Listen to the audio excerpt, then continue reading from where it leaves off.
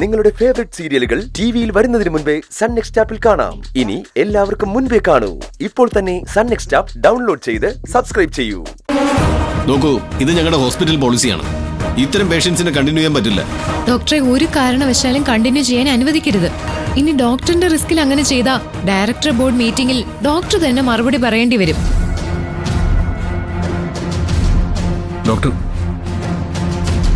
Doctor please doctor, ഇനി ഒരു പ്രശ്നം ഉണ്ടാകാതെ ഞങ്ങൾ നോക്കിക്കോളാം. സാറ് പറഞ്ഞത് കേട്ടില്ലേ? അഡ്മിനിസ്ട്രേഷന്റെ ചാർജ് സാറിനാണ്. ഇത്തരം കാര്യങ്ങളിൽ എനിക്ക് എന്റേതായ തീരുമാനങ്ങൾ എടുക്കാൻ ബുദ്ധിമുട്ടുണ്ട്.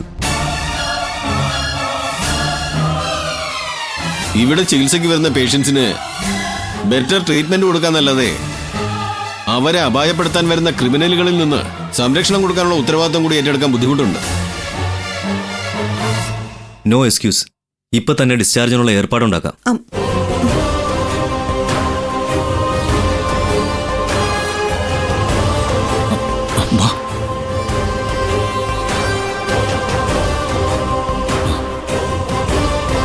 ശിവാനി, നിനക്ക് കുഴപ്പമൊന്നുമില്ലല്ലോ?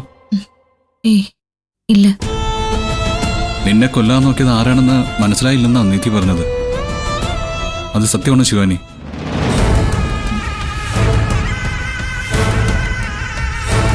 പറയ് ശിവാനി, അയാളുടെ രൂപം കണ്ടിട്ട് മനസ്സിലായില്ലേ അത് ആരാണെന്ന്? ഇല്ല ഗൗതം, എനിക്കൊരു പിടിയും കിട്ടണില്ല. എന്തായാലും ഈ സംഭവം ഒരു ഇഷ്യൂ ആക്കി എടുത്തിരിക്കുക ഹോസ്പിറ്റലുകാര്. ഇന്ന് തന്നെ നിന്നെ ഇവിടുന്ന് ഡിസ്ചാർജ് ചെയ്യണമെന്നാണ് ഡോക്ടർമാർ പറയുന്നത്. അയ്യോ, ഇനിയിപ്പോ എന്ത് ചെയ്യും? ഇങ്ങോട്ട് പോവും ഞാൻ. എനിക്ക് പോവാനും ഇടയില്ല. അയ്യോ മോളെ, എന്റെ മോക്ക് എന്താ പറ്റി? കുഴപ്പം എന്തേലും ഉണ്ടോടി മോളെ? ആരാ എന്റെ മോളെ കൊല്ലാൻ നോക്കിയത്? അമ്മായി ടെൻഷൻ ആവാതിരിക്കുക. വേറെ കുഴപ്പമൊന്നും ഉണ്ടായിട്ടില്ല ശിവാനിക്ക്. ഏതവൻ എന്റെ മോളെ കൊല്ലാനായിട്ട് ആശുപത്രിയിലേക്ക് വന്നത്? അതാരാണെന്ന് ശിവാനിക്ക് പോലും മനസ്സിലായിട്ടില്ല. എന്തായാലും കുഴപ്പമൊന്നും ഉണ്ടായിട്ടില്ലല്ലോ, അത് തന്നെ വലിയ കാര്യം. കുഴപ്പമൊന്നും ഇല്ലെന്ന് പറഞ്ഞാ കാര്യങ്ങൾ അങ്ങ് തീരുവോ? ആ സിസ്റ്റർ എന്നോട് എല്ലാം പറഞ്ഞു. ഇന്ന് തന്നെ ഇവിടെ ഡിസ്ചാർജ് ചെയ്യാൻ പോവാന്ന്. എന്റെ ഭഗവാനെ, ഈ പരുവത്തിൽ ഞാൻ എന്റെ മോളെ എങ്ങോട്ട് കൊണ്ടുപോകും? എഴുന്നേക്കാൻ ആവതില്ലാത്ത ഒരു മനുഷ്യൻ കിടക്കുന്ന വീട്. ഇവളെയും കൂടി കൊണ്ടിട്ടിട്ട് ഞാൻ എന്ത് ചെയ്യും ഈശ്വര? എല്ലാത്തിനും കാരണക്കാരി നീ ഒറ്റ ഒരുത്തിയ നിധി. ആദ്യം നീ ഇവളെ ഈശ്വരമംഗലത്തുനിന്ന് പുറത്താക്കി. ഇപ്പതാ എന്റെ മോളെ കാറ് കൊണ്ടുവന്നിടിച്ച് ഈ പരുവത്തിലുമാക്കി. ഞാൻ ഇനി എന്ത് ചെയ്യും? ഇവളെയും കൊണ്ട് എങ്ങോട്ട് പോണം? എനിക്കൊന്നും അറിയില്ല ഭഗവാനെ.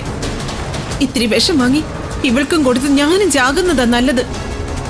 അടുത്തു ഇങ്ങനെ ജീവിച്ചിട്ട് ഒരു കാര്യമില്ല. ആന്റി ഒന്ന് സമാധാനപ്പെട്. ശിവാനിയെ ഞങ്ങൾ ഈശ്വരമംഗലത്തേക്ക് കൊണ്ടുപോയിക്കോളാം. നിന്റെ ഈ അവസ്ഥയ്ക്ക് കാരണക്കാർ ഞങ്ങളാണ്. അതുകൊണ്ട് അസുഖം ഭേദമാകുന്നതുവരെ നിനക്ക് ഈശ്വരമംഗലത്ത് നിൽക്കാം. അസുഖം ഭേദമാകുന്നത് വരെ അവിടെ നിൽക്കാന്ന് പറയുമ്പോ അത് കഴിഞ്ഞ് ഇവളെ അങ്ങ് ഇറക്കി വിടാന്നല്ലേ? അത് നടക്കില്ല ഗൗതം. തൽക്കാലം അത്രയൊക്കെ മോഹിച്ചാ മതി. ദേ, ഒരു കാര്യം നിങ്ങൾ മനസ്സിലാക്കണം. സത്യം മറച്ചു വെച്ച് കള്ളമൊഴി കൊടുത്ത് ഇവളെ രക്ഷിച്ചവളാ എന്റെ മോള്. നാളെ ഇവൾക്കൊരു ജീവിതം ഉണ്ടാക്കി കൊടുക്കാനുള്ള ബാധ്യതയും നിങ്ങൾക്കുണ്ട്.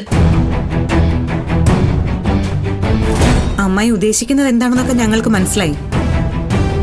പക്ഷേ അത് ഞങ്ങൾ മാത്രം തീരുമാനിക്കേണ്ട കാര്യമല്ല. അതൊക്കെ പിന്നെ ആലോചിക്കാം. നോക്ക് ശിവാനി, ഒരു റിസ്ക് എടുത്താണ് നിന്നെ ഞങ്ങൾ ഈശ്വരമംഗലത്തേക്ക് കൊണ്ടുപോകുന്നത്.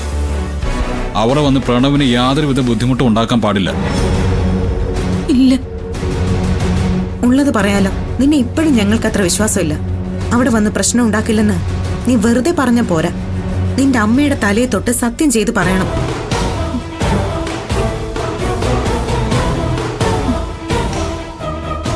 സത്യം ചെയ്യ് ശിവാനി. അമ്മേ, ഒന്നടുത്തേക്ക് വരൂ, ഞാനൊന്ന് സത്യം ചെയ്തോട്ടെ. ദൈവമേ, എന്റെ തലയിൽ കൈവച്ച് സത്യം ചെയ്യാനോ? അത് ഈ ശിവാനിയെ കൊണ്ട്. ഇവള് സത്യം ചെയ്യുന്നത് എന്താണോ അതിന്റെ വിപരീതമായിട്ട് അവിടെ ചെന്ന് ചെയ്യും. അത് ഉറപ്പ്. അടുത്തേക്ക് മാമേ, ഞാൻ ഒന്ന് സത്യം ചെയ്യട്ടെ. വേണ്ട വേണ്ട, ഈ കാര്യത്തിൽ എനിക്ക് നിന്നെ വിശ്വാസമില്ല.